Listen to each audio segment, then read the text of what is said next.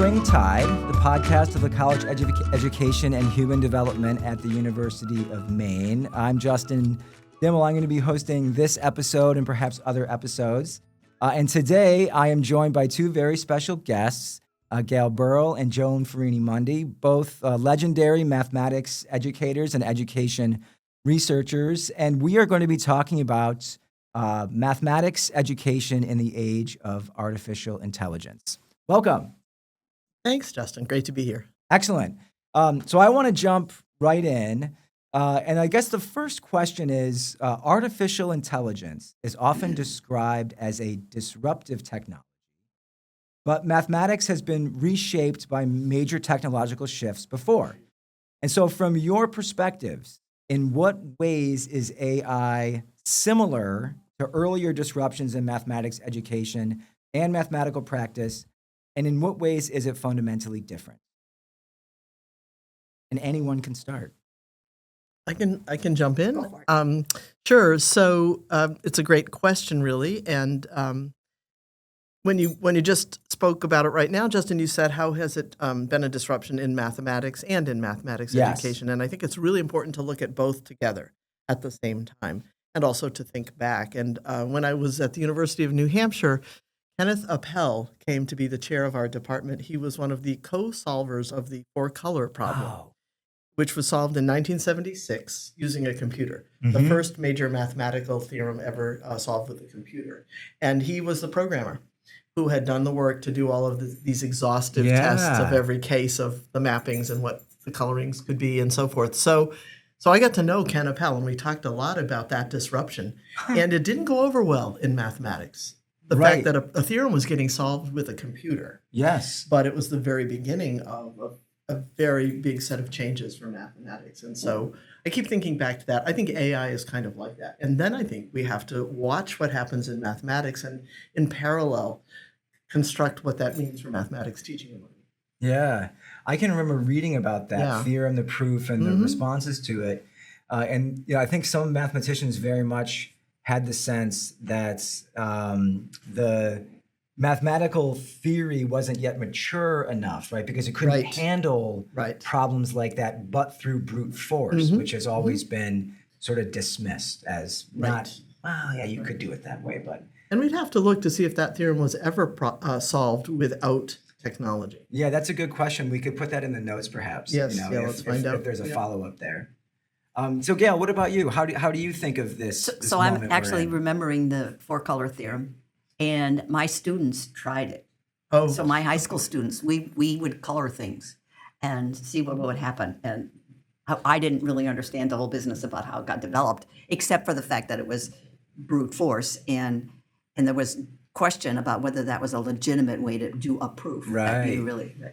But the other thing is that you mentioned, the second part of your question was, ways are things fundamentally different? Yes. To me, there's been a lot of shifts over the years in terms of what technology has opened the doors to or raised challenges about. The biggest thing I see right now is this kind of exponential access and the shifting nature of what artificial intelligence is bringing to the world, but to math teaching and learning as well, although it's more subtle. But because everyone has instant access, it's just really difficult to figure out how to organize some intelligent way to think about integrating it into teaching and learning. It could almost be like a runaway train without us trying to figure out how to grapple with where it's going. Right. And so something I'm wondering about as, math educator, researcher, I also have this historical interest in various mathematical tools. We were talking about this before we started. So a specific example that might help us, get our heads around this is something like a slide rule, right? And so the digital calculator came onto the scene in the 1970s, quickly kind of displaced everything else, prior aids. Calculators became kind of just part of what we do. And so when that happened, when calculators became routine in classrooms, how did they reshape what we chose to teach, what we chose to de-emphasize in mathematics? And then looking back, do you think we lost anything when we switched from things like slide rules or other kind of more, I don't know, analog-based, mind-based calculation aids, as far as like numeracy, fluency, mathematical literacy, like did any of that get affected by the wide-scale adoption of calculators and like kind of related electronic tools? Hard to know at a widespread level, but I was a high school student when the slide rules kind of gave way to to the first calculators, and so all the tables at the back of the Algebra 2 and the trig books, all the trigonometric tables. So you had been using I had been those. using a Okay. slide rule. So I'm, sort Wow. of living history of all of this. The slide rule fascinated me. The fact that you could just do these manipulations and get these answers. I never understood why a slide rule worked, Okay. but I was always curious Yeah. about what it was. And similarly, I can remember doing linear interpolation Uh-huh. if you needed to look up the sine or the cosine of an angle that wasn't one of the ones listed in the table. And I always wondered if linear was right, because those Yeah. curves are not linear. And so those tools made me think about some things that were mathematical that weren't really a part of the school curriculum so much. And I didn't have to think about those things anymore when the calculator came. So for me, there was that piece of curiosity that got displaced by this other incredibly amazing tool that could let you explore so much. I can imagine that for teachers, that transition during those years was hard. So then when I began to teach, the calculators were ubiquitous Yeah. and there was no need to transition anything. Was it so when you began to teach, were there still some of your more senior colleagues at the time that were they like lamenting the displacement of the slide? Like were there Well, they may have never really even used the slide rule, right? I Okay. mean, in the mathematics classroom, so the slide rule was prevalent in physics and chemistry. Okay. I was using it more there than in Okay. mathematics, probably. But when I first began to teach, and I taught in a very, very traditional private school, there were very few tools around. Okay. And so even if I intended to use calculators, that wasn't the norm in that math department. Sure. And so it was a slow move, and really it wasn't until I was teaching at UNH and teaching calculus and courses where it made a whole lot more sense that we could integrate them more fully. Okay. So I remember having a classroom. I was just beginning to teach, and we had this big, Big slide slide rule, rule sure. across the front of the classroom. But I never really understood how it worked either. I always had some kid try to explain it because it was like, oh wow, like, yeah. But yeah, so thinking about when the calculators came. I like that when the calculators came. Okay, so I was teaching statistics. So I was always into teaching statistics. I like data. I like the way numbers try to make sense out around data. And you guys probably don't remember, but the early calculators, I didn't care so much about the arithmetic. The early calculators had a button for the summation of x of I, and another button for the summation of x of I times y sub I, and another. So for every element of the formulas that you use to calculate things like regression and correlation and all these other things, all of those little components were buttons on your calculator. And so what you had to learn to do was how to sequence those components or put those components Yeah. together to make the formula. Yeah. So it removed that burden of calculating these things and allowed me as a statistics teacher to get my kids engaged in and thinking about the meaning of it. And then, of course, then we got calculators that you just went correlation and it popped up. And then the whole integers, what made the correlation, what was going into it, that all disappeared. And I think there was a loss there. Yeah. That, now this was just a magic formula that came out of a box. Right. So that intermediary step where you had the summation components that you had to kind of group and chunk, it almost sounds like that helped with the conceptual understanding. So they were not burdened with the labor of having to add everything and maybe lose track. They could actually block that off and focus on like what all of those calculations would mean and how they could be put together. But then at the next level, that layer of meaning also got collapsed because it just became, give me the correlation. And I think actually that's kind of one of the things that happens is as we get a new tool, we lose some knowledge. We lose some, and sometimes it's conceptual knowledge, sometimes it's just practical knowledge, but we lose it, and there's a trade-off. So I remember arguing with Dick Askey about the long division algorithm. Dick Askey was a mathematician at the University of Wisconsin-Madison. He was pretty renowned, both for his stance on transforming mathematics and teaching and learning mathematics, but he was a really good mathematician as well. And I was arguing with him about the long division algorithm. Why did we need to teach long division? And the square root algorithm. That wasn't even a bigger deal. And he wanted those taught. He wanted those Yeah. taught. And it was like, but Dick, nobody can actually do long division. The kids can't carry it out. Right. But it's a really great algorithm. It's really, and so as we keep going through this into new areas, we're losing things and hopefully we're gaining things. And Right. I think we need to sometimes sit back and look and see how much did we lose and Yeah. what's important. Well, and if you think about tools that weren't necessarily built for the use in teaching, but instead were built for professionals in fields who needed to push one button to get a correlation. I think then there are interesting questions about even what the curriculum should look like and can look like if those tools just become widely used in schools. And when we get to AI, of course, there will be a whole lot of questions about this. But once the tools exist, does it open up new ways to think about what's even in the curriculum, whether it's the long division algorithm that no one maybe needs to really be able to perfect, or certainly calculating a square root? There probably aren't that many people who do that by hand at all. So I've always been intrigued by the question of what gets opened up. What can we do instead? But at the same time, develop adequate understanding so those tools get used well. It's a terrific set of questions in math education. Yeah. So when we think about the current state of the AI, I know it's hard because we could release this recording like this afternoon. It will have changed and it would tomorrow. already be Yeah. out of date in some respects Yeah. with how quickly things are Right. moving. But I know we have all examined these tools in various ways for various things. Like, what can they do right now? So like if I'm a high school student or a middle school student, like you mentioned the access that these tools provide.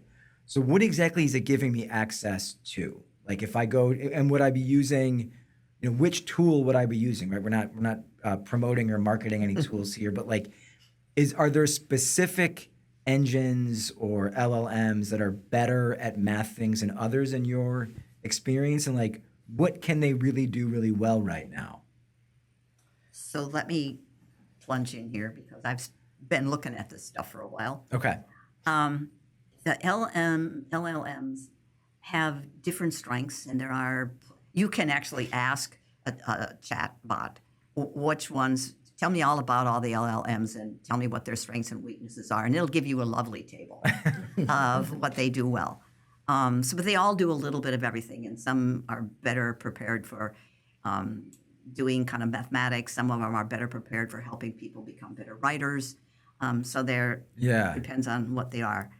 And so I would say it just depends on what you want your LLM to help you with. Okay. What can they do?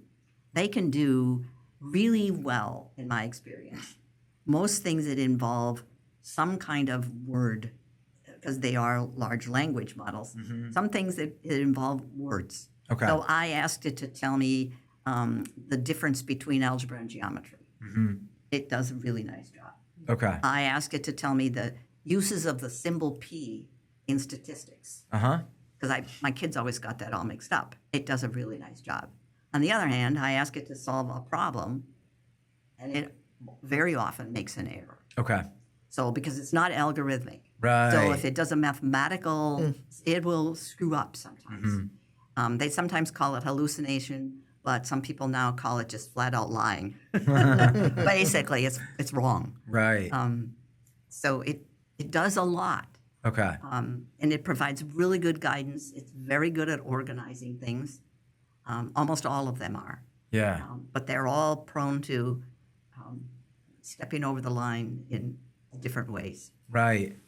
So on the issue of words like the algebra versus geometry question, that to me seems like when I think about my role as a math educator, like I would talk about that in terms of a student's, maybe mathematical sophistication or mathematical experience, right? Like someone that has studied math for a long time, that has developed a core sense of what the different areas of mathematics are. It's kind of a very high level conceptual question. So it's interesting that that's the kind of thing that these models are excelling at right now. Whereas if I think of a high school student or middle school student and what they might be turning to the tool to help with, it might be, I need help solving this integral or something like that, right? And that, it seems like, is where you might run into trouble with hallucinations or lies or whatever we call that. Okay. That's where I find trouble. And I also have found trouble when I do some research things. And I'll like, okay, give me all the research that you can find on such and such and such. And be sure you give me citations. Yep. Yes. And then when I look up some of the citations, they might not exist. Yeah. Or they might have taken the line, one sentence or one phrase out of something and then said that study was about this. When you actually look at it, it really wasn't. Okay. So I've had trouble with that too. Okay. And then maybe that's going to get better. Yeah. And so I guess this leads into another question about, when new technologies emerge. And I think of, I don't know if I've ever seen this, but I've been told by people that when the, video cameras first they weren't video, it was film, right? 100 years ago. The first films were like, you would have a stationary camera filming like a stage production. And that's what it was for years, right? And so people realized, actually, you know what? We can move this camera around. We can do different things. And so there's always this kind of lag period where your old paradigms of use and design and imagination are still living within the affordances of what you're used to. So now we're at this transition period.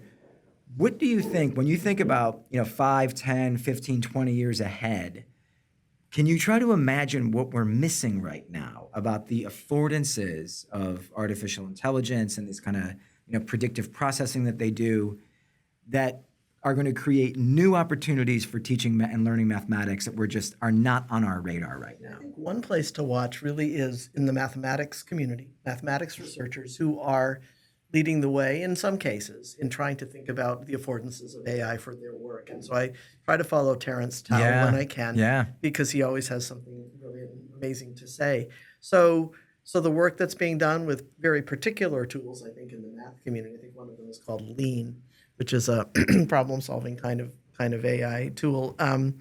It's opening up very different ways of tackling problems where generating claims or potential theorems is so easily done from what I'm reading. Now, I haven't done any of this, of course, but you can get thousands of them generated really quickly. But then how to assess sort of which, how to have good taste in problems in that context by assessing which would be really fruitful to pursue. Why would they be fruitful to pursue?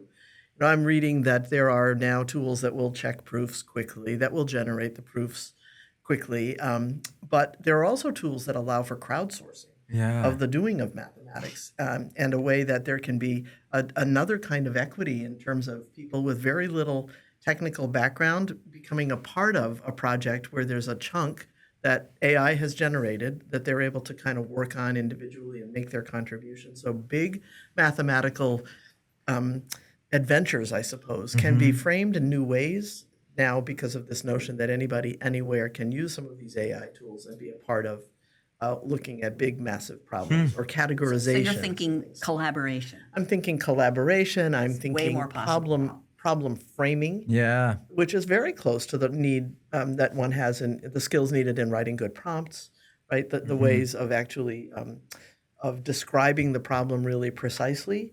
Maybe AI gives us a tool that can be adapted and used in teaching that builds that skill. Maybe the calculators and computational devices have already made it pretty possible to do pretty much any computation. And so now can the problems be more interesting? Can the thinking be more emphasized? And, I think it's probably wide open territory. It makes me wish I were in a classroom because I do think there will be a lot. It's just going to be a big change for students, I'm afraid.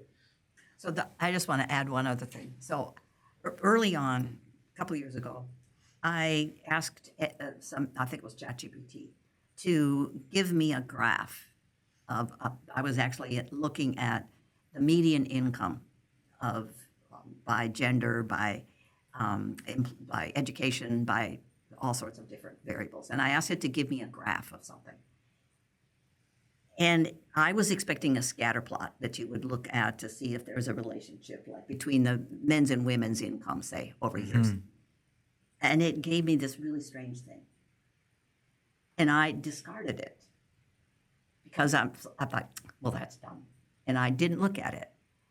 And I wished that I had, way later, months later, I realized that it might have given me a new insight into thinking about the numbers in this relationship. And I had measured it against my old standards. And I had instantly said, well, this is all wrong, without taking time to step back and say, well, what's good about this? Why did this AI think that this might be a good way to display it? Maybe it would have been a frivolous thing, but I was too quick to discard it as a potential for rethinking what was important. I think that's tied to one of the things that sometimes are seen as strengths, right? The ability to exhaustively, with huge data sets, look at all possibilities, create connections that aren't naturally the ones that we would connect, and then demonstrate patterns and raise those up and bring attention to them. So I think those are really useful things to be doing in mathematics. It's just doing them now with a very different kind of tool, and I think it is disruptive in ways that even calculators weren't, because it just changes every bit of everybody's work if one chooses to deal with it. The other thing that I just have to point out is, so calculators came, and then graphing calculators came. And graphing calculators added rather than just subtracted. They added the ability to instantly get a graphical representation of functions and other things. But it added to our repertoire of understanding. And then CAS, computer algebra systems, came. That added nothing, literally. CAS, this computer algebra, which can do almost anything. It can do almost any integral you want to give it. It can do all these things. Never got adopted. It's really not prevalent, at least in the United States. Many schools don't even have a CAS. And as a matter of fact, testing organizations are outlawing the use of CAS, which outlaw CAS on one hand, on the other hand, you've got AI that's accessible, go boom, right? But at any rate, so there's a new advance that came that should have opened doors and never did. And that's like, was it 30 years ago, CAS came? Yeah, it's been around a long time. Yeah, and it really has not taken hold. And because it doesn't, so in the case of the graphing calculator, there was a new affordance there, right? Just like the ability to quickly create a visual representation of a mathematical situation that you would have had to do by hand. And when you're doing it by hand, you also don't have any like immediate feedback about whether you're doing it right or not. So is this thing that you're plotting even what you're supposed to be plotting? Whereas now when my TI-83, oh my goodness, look at this. It's an exponential function. That's what it looks like.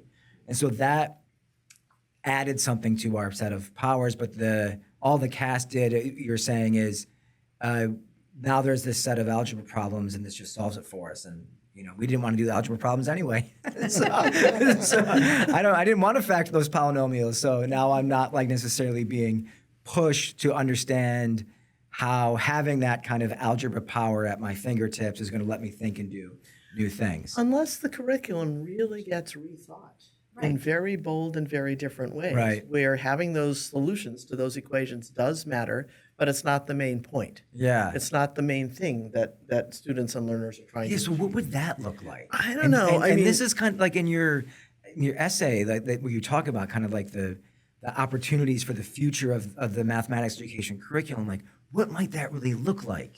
I mean, it would be so exciting to think hard about this. It may look like problem-driven curriculum Yeah. that is relevant and meaningful, that brings together disciplines beyond mathematics. One of my frustrations over a long time has been that our colleagues in science, our colleagues in engineering, our colleagues in computing, there's such richness there in what they all do together with mathematics, could be something that is much more prevalent at the high school level. You know, so tackling meaningful problems where, yes, along the way we do need to solve some equations, or we need to do some modeling, or we need to generate various kinds of scenarios that we can demonstrate graphically to share information and to make conclusions or to explore options.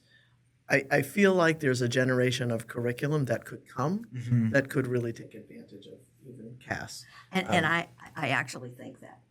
It's not to say that CAS couldn't have added something. Right. CAS really can be used to develop understanding. It can be used lots of ways, but it never took off because people were reluctant to give up what they had. But just I've only been here a morning, and I've read a little bit by looking up some of the projects that you guys have going on here at the university. But I feel like you guys are poised to bring together people from these different disciplines to work on some of these ideas, whether they are appropriate for the school level or whether they might even be what you do in your intro classes. It feels like you have people who are already talking to each other. Yep. And that doesn't happen in many universities. So I think you have an opportunity here that would be really cool to pursue.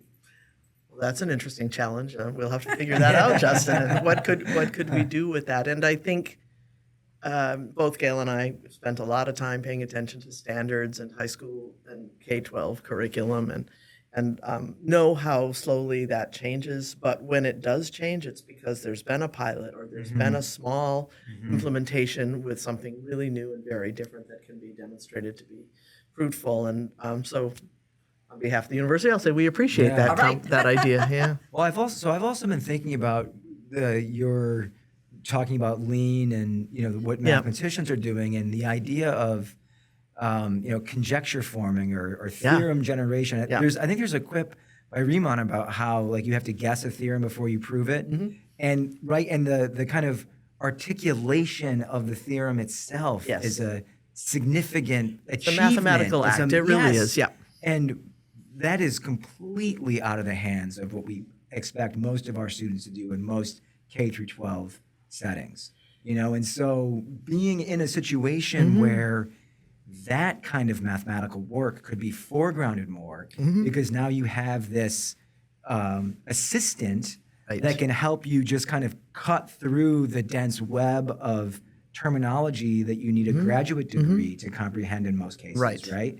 That's a really interesting application. I'm just thinking about this for the first time. I mean, it could be argued that it's a pretty reasonable capability for a learner to have, both inside of mathematics, but maybe in the world in general, to be able to make disciplined, reasoned conjectures about things and have some rationale for why that's a sound conjecture. I've had colleagues in mathematics, they use the language, I think I used it earlier, of she has good taste in problems. Right. Meaning choosing something that's going to Yeah. be worthwhile to work on, whether it is to solve some very real challenge that we face in a city or a state or a country, but also to pursue the building of more mathematics in some way that is constructive and interesting. I think there's a very basic all the way out to very translational kind of set of goals around that could be useful.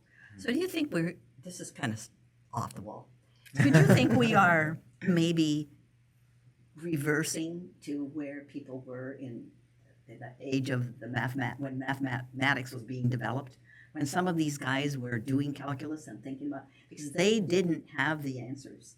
And then we got a bunch of math, and then we kind of settled in, and everything that the kids proved had already been proven. Everything that everybody did. Well, right. I mean, the math we do in school is at least 400 years old in most cases. That's Right. that's the new math, right? Right, and much of the kind of the whole focus of what we do in education is work on stuff that's already been done. Right. Sure, it's to polished, pass along a canon of some kind. But now maybe we can even get kids back into this. Well, that's probably pie in the sky. But at any rate, conjecturing about things and moving in new ways to think about Yeah. stuff with a different attitude towards what the math is and where it might take them. That would be so cool. I mean, I think a quest for so many of us over all of our years in mathematics education has been to make it interesting, to make it meaningful, to help make the connection even to that equation solving that some of us still think is so beautiful, but at the Yeah. same time, find a way for it to be relevant. And I don't think that we have done the best job in mathematics education of that and of looking to the future for what kinds of capabilities people will need in the world that could be learned in a mathematics classroom, as well as then the interconnections, which just seem to be so vital right now. So sure, we could start our own little something. It is really fascinating to think about how you would account for something like mathematical intuition or like your taste in problems as that becomes something that people are conversing with LLMs to hone or refine or develop. And your point about the way we've taught it, like in my teaching, I always tell my students that, math is a mountain. It's the tallest mountain there is, and it humbles all. Like eventually everyone that tries to learn math, you get to a point on the mountain where you can climb no higher. And we've been trying to, we have all of this math. We feel like we have to teach. We have to get through the sequence. We have to get people caught up so we can put them in a situation where they can climb the mountain on their own so they can kind of push our mathematical horizon further. Right.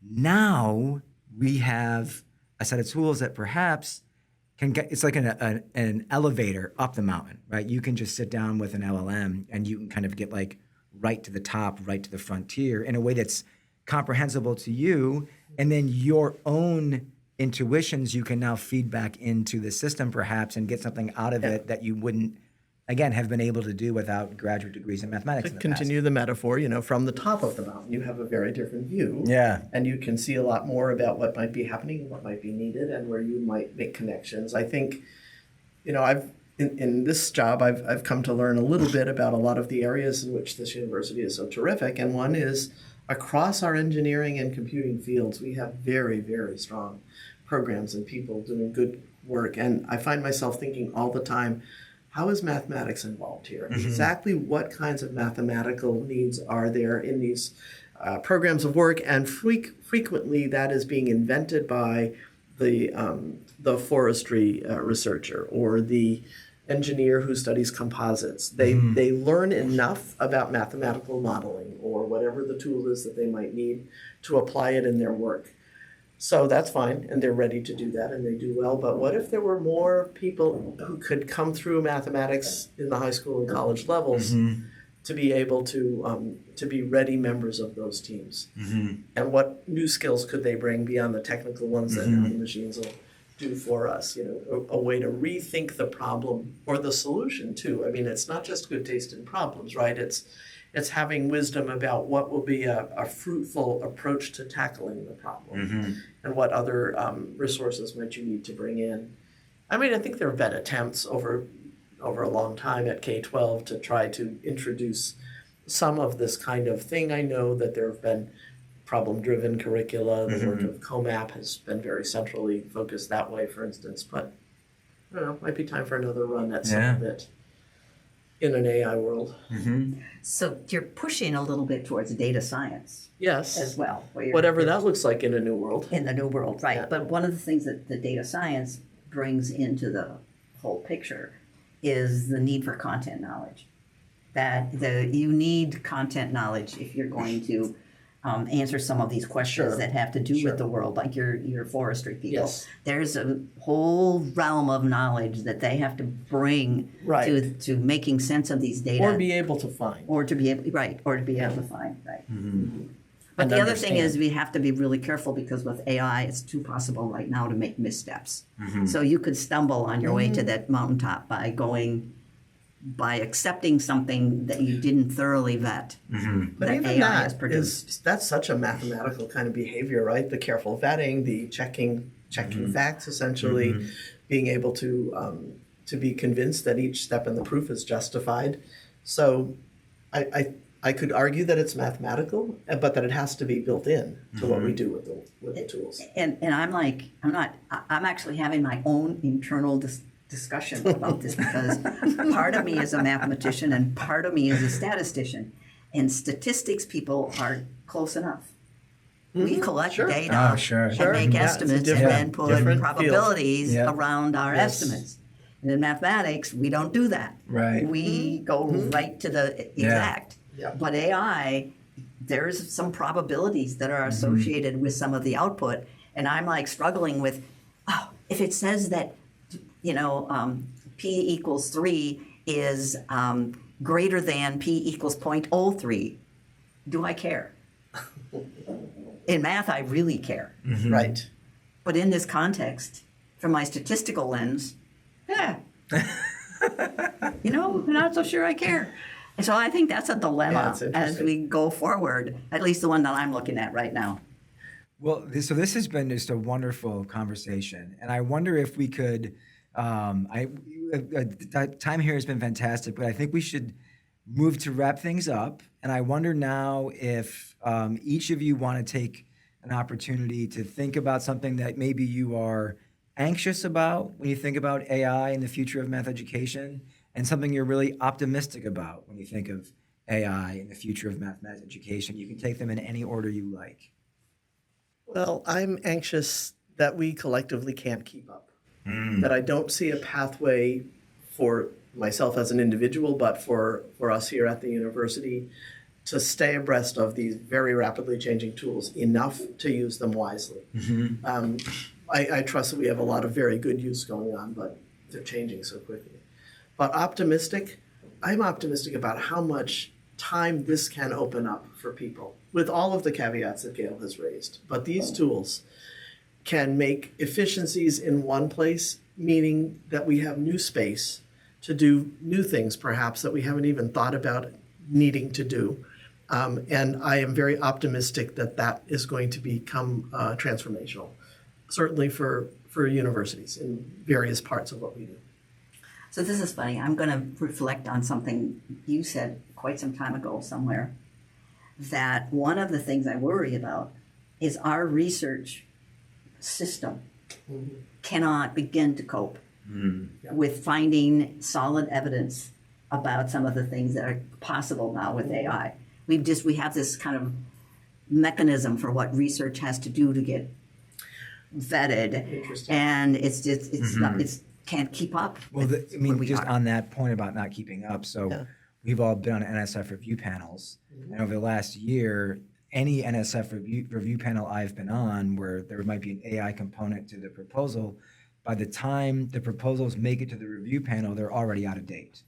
Sure. In the the Sure, sense yeah. that like there was this frontier capability, Yeah. but by the time it's like, oh, but there's actually 3 companies that I know of that That do have this done this, very right. thing. Yeah. So interesting that could be another whole discussion Yeah. about the changing nature of research.